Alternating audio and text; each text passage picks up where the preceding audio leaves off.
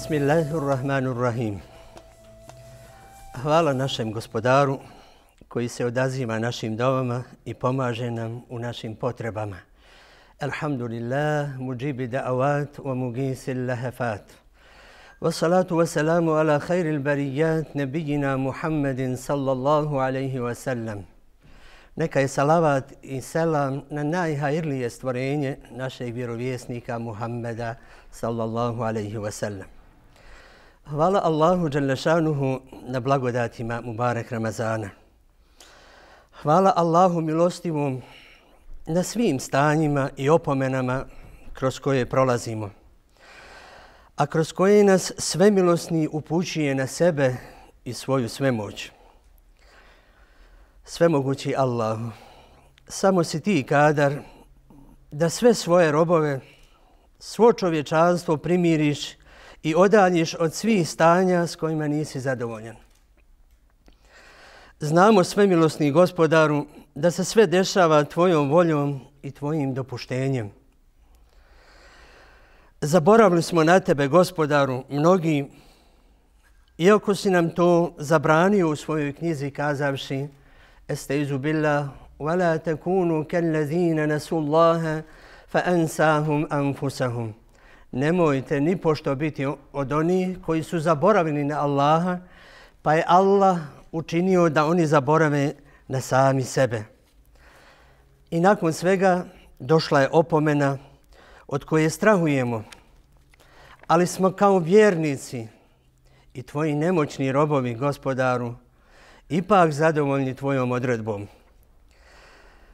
Sada nakon svega kroz šta prolazimo, snažnije razumijemo himnu Islama Allahu Akbar. Allah je najveći ili samo je Allah velik. Samo si ti, Allahu, onaj koji nam može otkloniti nevolje i olakšati kušnje. Zato ti zahvaljujemo, milostivi gospodaru, što u ovim danima milosti Mubarek Ramazana olakšavaš iskušenja cijelom čovječanstvu i ublažavaš ovu nevolju koja nas je zadesila. Allahu naš, olakšaj stanje svim ljudima svijeta i zaustavi širenje ove zarazne bolesti. Smiluj se umrlim, ozdravi bolesne, pusti zatvorene, obraduj zabrinute, spoji odsutne i rastavljene, pomozi nemoćne i uplašene. Nemoj, gospodaru, zaboraviti na usamljene. Zovemo te milostivi dovom. Ibaduke sivana kesir, wa lejsa lena sejidun sivak. Gospodaru, ti imaš puno stvorenja i osim nas, a mi nemamo nikog osim tebe. Gospodaru, ako mi zaboravimo na tebe, nemoj ti zaboraviti nas. Allahumma la rabba lana sivake fanad'u. Allahu naš, mi nemamo drugog gospodara osim tebe, pa zato tebe zovemo. Wala malike lana gajruke fanarđu. Mi nemamo drugog vladara osim tebe, pa zato tebe molimo. Men natlubu wa antal matlub.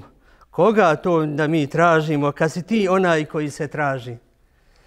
Svemilosni gospodaru, mi smo tvoji nemoćni robovi, mnogi od nas su bolesni i usamljeni i čekaju tvoju pomoć, jer samo si ti spas i od tebe je spas. Allahumma anta salam wa minka salam. Neka tvoja milost obuhvati svako tvoje stvorenje u ovom Mubarek Ramazanu i bude olakšanje svima onima koji su u nevolji.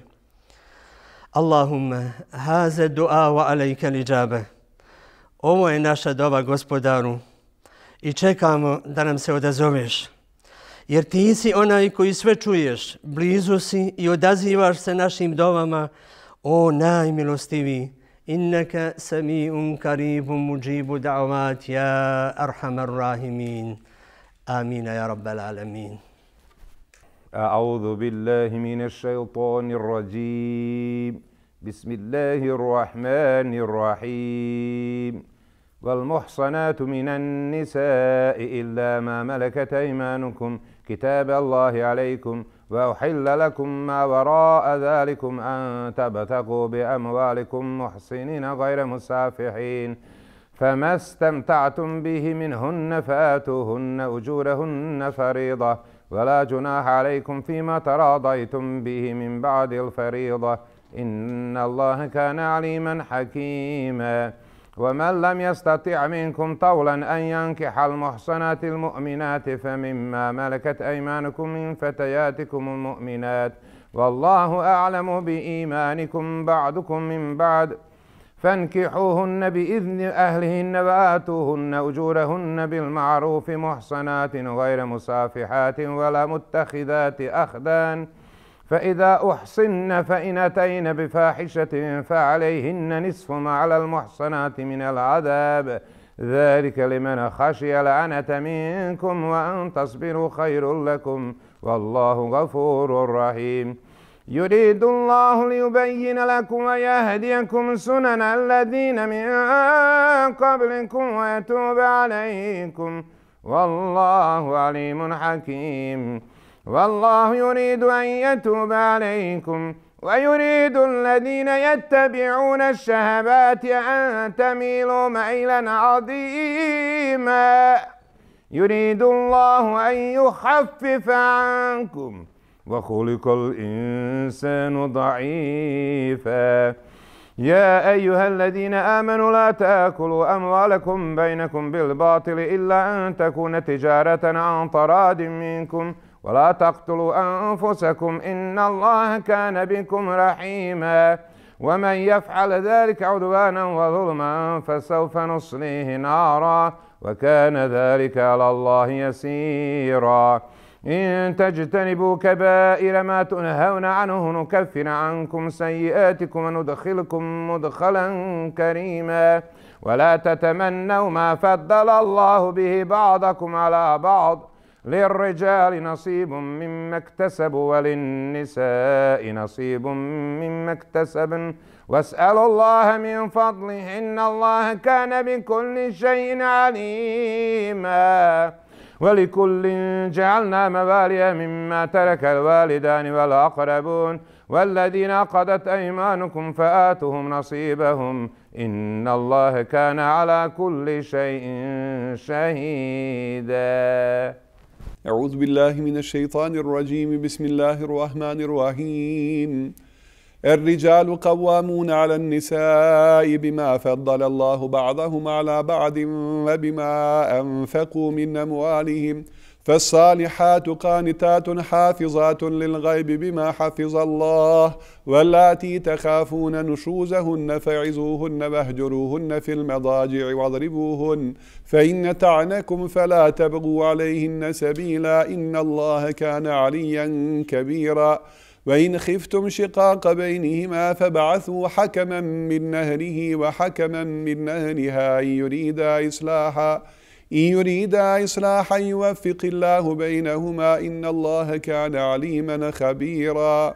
واعبدوا الله ولا تشركوا به شيئا وبالوالدين إحسانا وبذي القربى واليتامى والمساكين والجار ذي القربى والجار الجنب والصاحب بالجنب وابن السبيل وما ملكت أيمانكم إن الله لا يحب من كان مختالا فخورا. الذين يبخلون ويأمرون الناس بالبخل ويكتمون ما آتاهم الله من فضله وأعتدنا للكافرين عذابا مهينا. والذين ينفقون أموالهم رئاء الناس ولا يؤمنون بالله ولا باليوم الآخر ومن يكن الشيطان له قرينا فساء قرينا. وماذا عليهم لو آمنوا بالله واليوم الآخر وأنفقوا مما رزقهم الله وكان الله بهم عليما. إن الله لا يظلم مثقال ذرة وإن تك حسنة يضاعفها ويؤت من لدنه أجرا عظيما. فكيف إذا جئنا من كل أمة بشهيد وجئنا بك على هؤلاء شهيدا يومئذ يود الذين كفروا وعصوا الرسول لو تسوى بهم الأرض ولا يكتمون الله حديثا. يا أيها الذين آمنوا لا تقربوا الصلاة وأنتم سكارى حتى تعلموا ما تقولون ولا جنبا إلا عابري سبيل حتى تغتسلوا وإن كنتم مرضى أو على سفر أو جاء أحد منكم من الغائط أو لامستم النساء فلم تجدوا ماء فتيمموا سعيدا طيبا فامسحوا بوجوهكم وأيديكم إن الله كان عفوا غفورا. ألم ترين الذين أوتوا نصيبا من الكتاب يشترون الضلالة ويريدون أن تضلوا السبيل. أعوذ بالله من الشيطان الرجيم. بسم الله الرحمن الرحيم. والله أعلم بأعدائكم وكفى بالله وليا وكفى بالله نصيرا. من الذين هادوا يحرفون الكلم عن مواضعه ويقولون سمعنا وعصينا واسمع غير مسمع وراعنا ليا بألسنتهم وطعنا في الدين ولو أنهم قالوا سمعنا وأطعنا واسمع وانظرنا لكان خيرا لهم وأقوم ولكن لعنهم الله بكفرهم فلا يؤمنون إلا قليلا. يا أيها الذين أوتوا الكتاب آمنوا بما نزلنا مصدقا لما معكم من قبل أن نطمس وجوها فنردها على أدبارها أو نلعنهم كما لعنا أصحاب السبت وكان أمر الله مفعولا. إن الله لا يغفر أن يشرك به ويغفر ما دون ذلك لمن يشاء ومن يشرك بالله فقد افترى إثما عظيما. ألم تر إلى الذين يزكون أنفسهم بل الله يزكي من يشاء ولا يظلمون فتيلا. انظر كيف يفترون على الله الكذب وكفى به إثما مبينا. ألم تر إلى الذين أوتوا نصيبا من الكتاب يؤمنون بالجبت والطاغوت ويقولون للذين كفروا هؤلاء أهدى من الذين آمنوا سبيلا. أولئك الذين لعنهم الله ومن يلعن الله فلن تجد له نصيرا. أم لهم نصيب من الملك فإذا لا يؤتون الناس نقيرا. أم يحسدون الناس على ما آتاهم الله من فضله فقد آتينا آل إبراهيم الكتاب والحكمة وآتيناهم ملكا عظيما.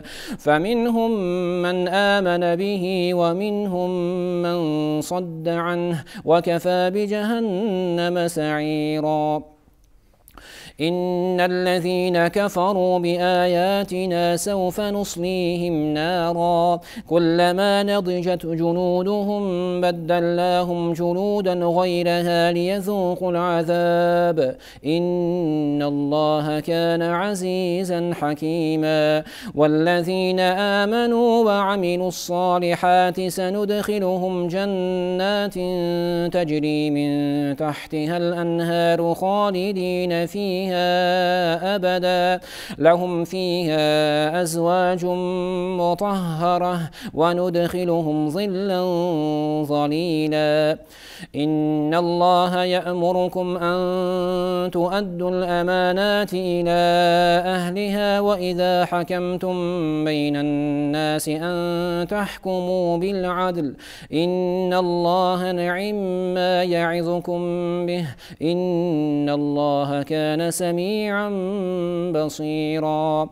يا أيها الذين آمنوا أطيعوا الله وأطيعوا الرسول وأولي الأمر منكم، فإن تنازعتم في شيء فردوه إلى الله والرسول إن كنتم تؤمنون بالله واليوم الآخر، ذلك خير وأحسن تأويلا. أعوذ بالله من الشيطان الرجيم. بسم الله الرحمن الرحيم. ألم تر إلى الذين يزعمون أنهم آمنوا بما أنزل إليك وما أنزل من قبلك يريدون أن يتحاكموا إلى الطاغوت وقد أمروا أن يكفروا به ويريد الشيطان أن يضلهم ضلالا بعيدا. وإذا قيل لهم تعالوا إلى ما أنزل الله وإلى الرسول رأيت المنافقين يصدون عنك صدودا. فكيف إذا أصابتهم مصيبة بما قدمت أيديهم ثم جاءوك يحلفون بالله إن أردنا إلا إحسانا وتوفيقا. أولئك الذين يعلم الله ما في قلوبهم فأعرض عنهم وعظهم وقل لهم في أنفسهم قولا بليغا. وما أرسلنا من رسول إلا ليطاع بإذن الله ولو أنهم إذ ظلموا أنفسهم جاءوك فاستغفروا الله واستغفر لهم الرسول لوجدوا الله توابا رحيما. فلا وربك لا يؤمنون حتى يحكموك فيما شجر بينهم ثم لا يجدوا في أنفسهم حرجا مما قضيت ويسلموا تسليما. ولو أنا كتبنا عليهم أن اقتلوا أنفسكم أو اخرجوا من دياركم ما فعلوه إلا قليل منهم ولو أنهم فعلوا ما يوعظون به لكان خيرا لهم وأشد تثبيتا وإذا لآتيناهم من لدنا أجرا عظيما ولهديناهم صراطا مستقيما. ومن يطع الله والرسول فأولئك مع الذين أنعم الله عليهم من النبيين والصديقين والشهداء والصالحين وحسن أولئك رفيقا. ذلك الفضل من الله وكفى بالله عليما. يا أيها الذين آمنوا خذوا حذركم فانفروا ثبات أو انفروا جميعا. وإن منكم لمن ليبطئن فإن أصابتكم مصيبة قال قد أنعم الله علي إذ لم أكن معهم شهيدا ولئن أصابكم فضل من الله ليقولن كأن لم تكن بينكم وبينه مودة يا ليتني كنت معهم فأفوز فوزا عظيما. فليقاتل في سبيل الله الذين يشرون الحياة الدنيا بالآخرة ومن يقاتل في سبيل الله فيقتل أو يغلب فسوف نؤتيه أجرا عظيما. أعوذ بالله من الشيطان الرجيم. بسم الله الرحمن الرحيم. وما لكم لا تقاتلون في سبيل الله والمستضعفين من الرجال والنساء والولدان الذين يقولون ربنا أخرجنا من هذه القرية الظالم أهلها واجعل لنا من لدنك وليا واجعل لنا من لدنك نصيرا. الذين يقاتلون في سبيل الله الذين آمنوا يقاتلون في سبيل الله والذين كفروا يقاتلون في سبيل الطاغوت فقاتلوا أولياء الشيطان إن كيد الشيطان كان ضعيفا ألم تر إلى الذين قيل لهم كفوا أيديكم وأقيموا الصلاة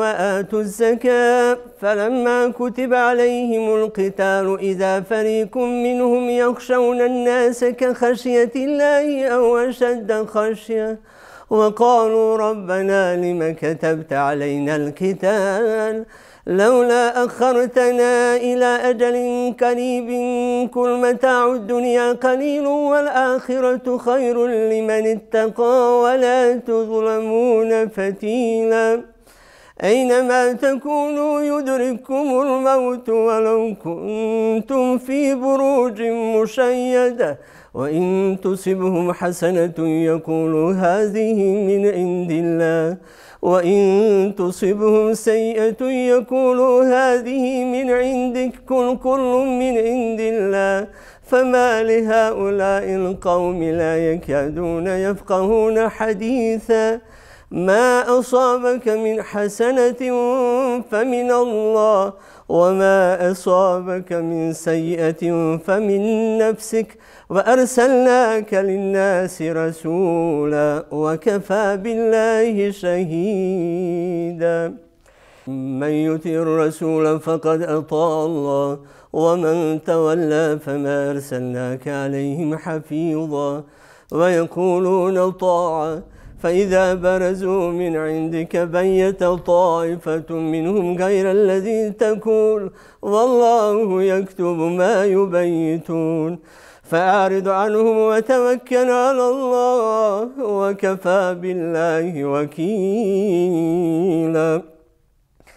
أفلا يتدبرون القرآن ولو كان من عند غير الله لوجدوا فيه اختلافا كثيرا وإذا جاءهم أمر من الأمن أو الخوف أذاعوا به ولو ردوه إلى الرسول وإلى أولي الأمر منهم لعلمه الذين يستنبطونه منهم فلولا فضل الله عليكم ورحمته لاتبعتم الشيطان إلا قليلا فقاتل في سبيل الله لا تكلف إلا نفسك وحرض المؤمنين عسى الله أن يكف بأس الذين كفروا والله أشد بأسا وأشد تنكيلا من يشفع شفاعة حسنة يكن له نصيب منها ومن يشفع شفاعة سيئة يكن له كفل منها وكان الله على كل شيء مقيتا وإذا حييتم بتحية فحيوا بأحسن منها أو ردوها إن الله كان على كل شيء حسيبا أعوذ بالله من الشيطان الرجيم بسم الله الرحمن الرحيم الله لا إله إلا هو ليجمعنكم إلى يوم القيامة لا ريب فيه ومن أصدق من الله حديثا فما لكم في المنافقين فئتين والله أركسهم بما كسبوا أتريدون أن تهدوا من أضل الله ومن يضلل الله فلن تجد له سبيلا ودوا لو تكفرون كما كفروا فتكونون سواء فلا تتخذوا منهم أولياء حتى يهاجروا في سبيل الله فإن تولوا فخذوهم واقتلوهم حيث وجدتموهم ولا تتخذوا منهم وليا ولا نصيرا إلا الذين يصلون إلى قوم بينكم وبينهم ميثاق أو جاءوكم حصرت صدورهم أن يقاتلوكم أو يقاتلوا قومهم ولو شاء الله لسلطهم عليكم فلقاتلوكم فإن اعتزلوكم فلم يقاتلوكم وألقوا إليكم السلم فما جعل الله لكم عليهم سبيلا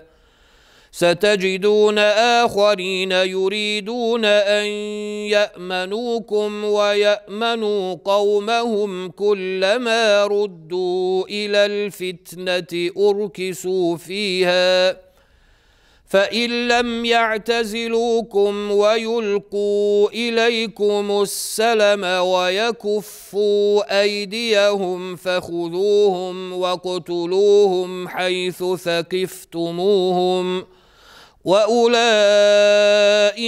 جعلنا لكم عليهم سلطانا مبينا وما كان لمؤمن أن يقتل مؤمنا إلا خطأ ومن قتل مؤمنا خطأ فتحرير رقبة مؤمنة ودية مسلمة إلى أهله إلا أن يصدقوا فإن كان من قوم عدو لكم وهو مؤمن فتحرير رقبة مؤمنة وإن كان من قوم بينكم وبينهم ميثاق فدية مسلمة إلى أهله وتحرير رقبة مؤمنة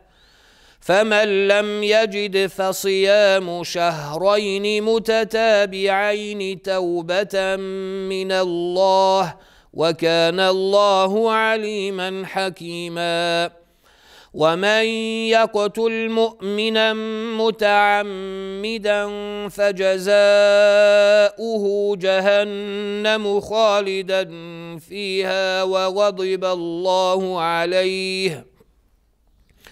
وغضب الله عليه ولعنه وأعد له عذابا عظيما يا أيها الذين آمنوا إذا ضربتم في سبيل الله فتبينوا ولا تقولوا لمن ألقى إليكم السلام لست مؤمنا تبتغون عرض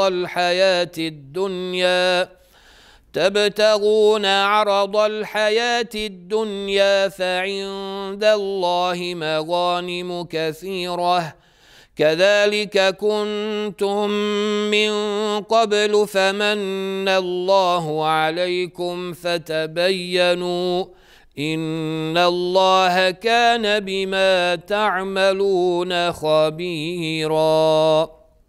أعوذ بالله من الشيطان الرجيم. بسم الله الرحمن الرحيم.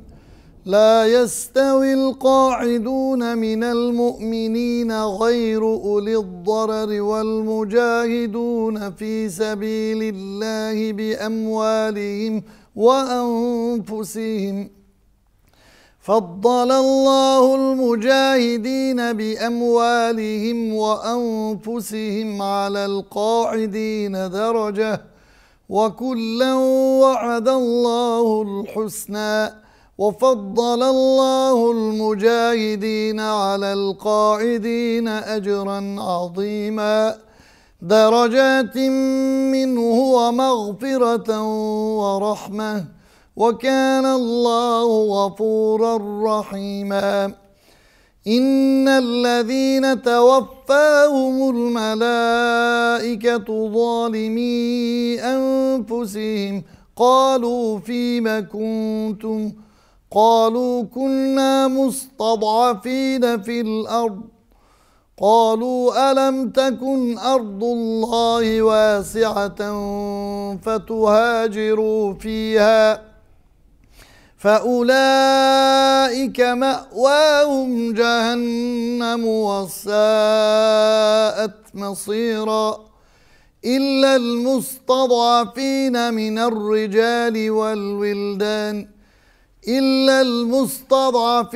من الرجال والنساء والولدان لا يستطيعون حيلة ولا يهتدون فأولئك عسى الله أن يعفو عنهم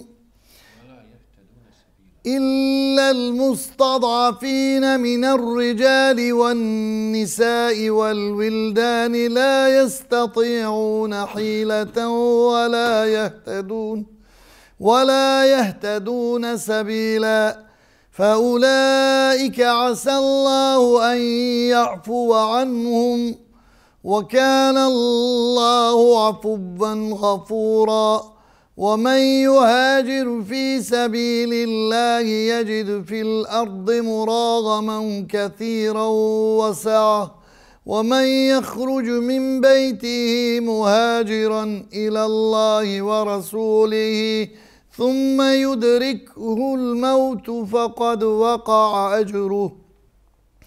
فقد وقع أجره على الله وكان الله غفورا رحيما وإذا ضربتم في الأرض فليس عليكم جناح أن تقصروا من الصلاة إن خفتم أن يفتنكم الذين كفروا إن الكافرين كانوا لكم عدوا مبينا وإذا كنت فيهم فأقمت لهم الصلاة فلتكن طائفة منهم معك وليأخذوا أسلحتهم فإذا سجدوا فليكونوا من ورائكم ولتأت طائفة أخرى لم يصلوا فليصلوا معك وليأخذوا حذرهم وأسلحتهم ود الذين كفروا لو تغفلون عن أسلحتكم وأمتعتكم فيميلون عليكم ميلة واحدة ولا جناح عليكم إن كان بكم أذى من مطر أو كنتم مرضى أن تضعوا أسلحتكم وخذوا حذركم إن الله أعد للكافرين عذابا مهينا فإذا قضيتم الصلاة فاذكروا الله قياما وقعودا وعلى جنوبكم فإذا اطمأننتم فأقيموا الصلاة إن الصلاة كانت على المؤمنين كتابا موقوتا ولا تهنوا في ابتغاء القوم إن تكونوا تألمون فإنهم يألمون كما تألمون وترجون من الله ما لا يرجون وكان الله عليما حكيما إنا أنزلنا إليك الكتاب بالحق لتحكم بين الناس بما أراك الله ولا تكن للخائنين خصيما. أعوذ بالله من الشيطان الرجيم. بسم الله الرحمن الرحيم.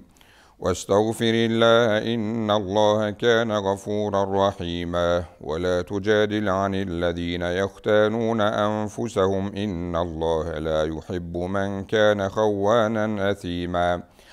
يستخفون من الناس ولا يستخفون من الله وهو معهم إذ يبيتون ما لا يرضى من القول وكان الله بما يعملون محيطا.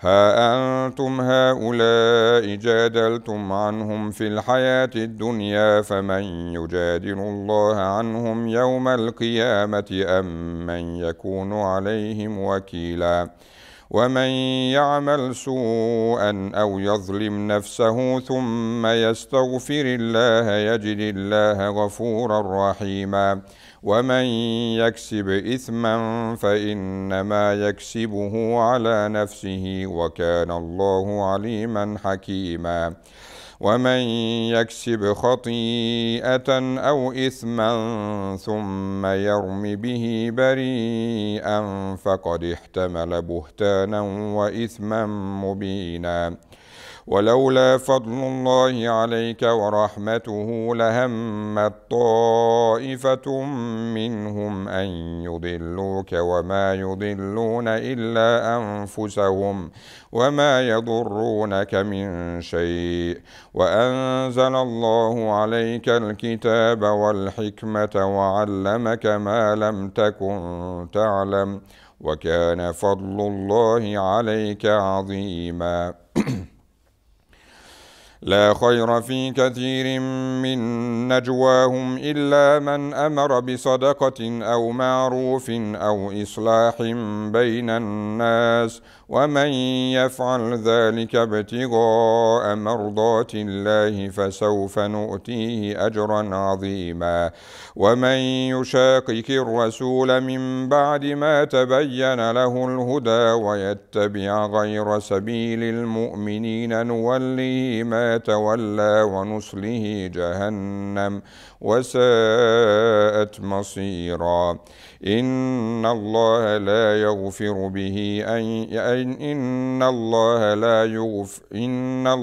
لا يغفر أن يشرك به ويغفر ما دون ذلك لمن يشاء ومن يشرك بالله فقد ضل ضلالا بعيدا إن يدعون من دونه إلا إناثا وإن يدعون إلا شيطانا مريدا لعنه الله وقال لأتخذن من عبادك نصيبا مفروضا ولأضلنهم ولأمنينهم ولآمرنهم فليبتكن آذان الأنعام ولآمرنهم فليغيرن خلق الله ومن يتخذ الشيطان وليا من دون الله فقد خسر خسرانا مبينا يعدهم ويمنيهم وما يعدهم الشيطان إلا غرورا أولئك مأواهم جهنم ولا يجدون عنها محيصا أعوذ بالله من الشيطان الرجيم بسم الله الرحمن الرحيم والذين آمنوا وعملوا الصالحات سندخلهم جنات تجري من تحتها الأنهار خالدين فيها أبدا وعد الله حقا ومن أصدق من الله قيلا ليس بأمانيكم ولا أماني أهل الكتاب من يعمل سوءا يجز به ولا يجد له من دون الله وليا ولا نصيرا ومن يعمل من الصالحات من ذكر أو أنثى وهو مؤمن فأولئك يدخلون الجنة ولا يظلمون نقيرا ومن أحسن دينا ممن أسلم وجهه لله وهو محسن واتبع ملة إبراهيم خليلا واتبع ملة إبراهيم حنيفا واتخذ الله إبراهيم خليلا ولله ما في السماوات وما في الأرض وكان الله بكل شيء محيطا. ويستفتونك في النساء قل الله يفتيكم فيهن وما يتلى عليكم في الكتاب في يتامى النساء اللاتي لا تؤتونهن ما كتب لهن وترغبون أن تنكحوهن والمستضعفين من الولدان وأن تقوموا لليتامى بالقسط وما تفعلوا من خير فإن الله كان به عليما. وإن امرأة خافت من بعلها نشوزا أو إعراضا فلا جناح عليهما أن يصلحا بينهما صلحا والصلح خير وأحضرت الأنفس الشح وإن تحسنوا وتتقوا فإن الله كان بما تعملون خبيرا. ولن تستطيعوا أن تعدلوا بين النساء ولو حرصتم فلا تميلوا كل الميل فتذروها كالمعلقة وإن تصلحوا وتتقوا فإن الله كان غفورا رحيما. وإن يتفرقا يغن الله كلا من سعته وكان الله واسعا حكيما. ولله ما في السماوات وما في الأرض ولقد وصينا الذين أوتوا الكتاب من قبلكم وإياكم أن اتقوا الله وإن تكفروا فإن لله ما في السماوات وما في الأرض وكان الله غنيا حميدا. ولله ما في السماوات وما في الأرض وكفى بالله وكيلا. إن يشأ يذهبكم أيها الناس ويأت بآخرين وكان الله على ذلك قديرا. من كان يريد ثواب الدنيا فعند الله ثواب الدنيا والآخرة وكان الله سميعا بصيرا. أعوذ بالله من الشيطان الرجيم. بسم الله الرحمن الرحيم. يا أيها الذين آمنوا كونوا قوامين بالقسط شهداء لله ولو على أنفسكم أو الوالدين والأقربين إن يكن غنيا أو فقيرا فالله أولى بهما فلا تتبعوا الهوى أن تعدلوا وإن تلووا أو تعرضوا فإن الله كان بما تعملون خبيرا. يا أيها الذين آمنوا بالله ورسوله والكتاب الذي نزل على رسوله والكتاب الذي أنزل من قبل ومن يكفر بالله وملائكته وكتبه ورسله واليوم الآخر فقد ضل ضلالا بعيدا. إن الذين آمنوا ثم كفروا ثم آمنوا ثم كفروا ثم ازدادوا كفرا لم يكن الله ليغفر لهم ولا ليهديهم سبيلا. بشر المنافقين بأن لهم عذابا أليما. الذين يتخذون الكافرين أولياء من دون المؤمنين أيبتغون عندهم العزة فإن العزة لله جميعا وقد نزل عليكم في الكتاب أن إذا سمعتم آيات الله يكفر بها ويستهزأ بها فلا تقعدوا معهم حتى يخوضوا في حديث غيره إنكم إذا مثلهم إن الله جامع المنافقين والكافرين في جهنم جميعا. أعوذ بالله من الشيطان الرجيم. بسم الله الرحمن الرحيم.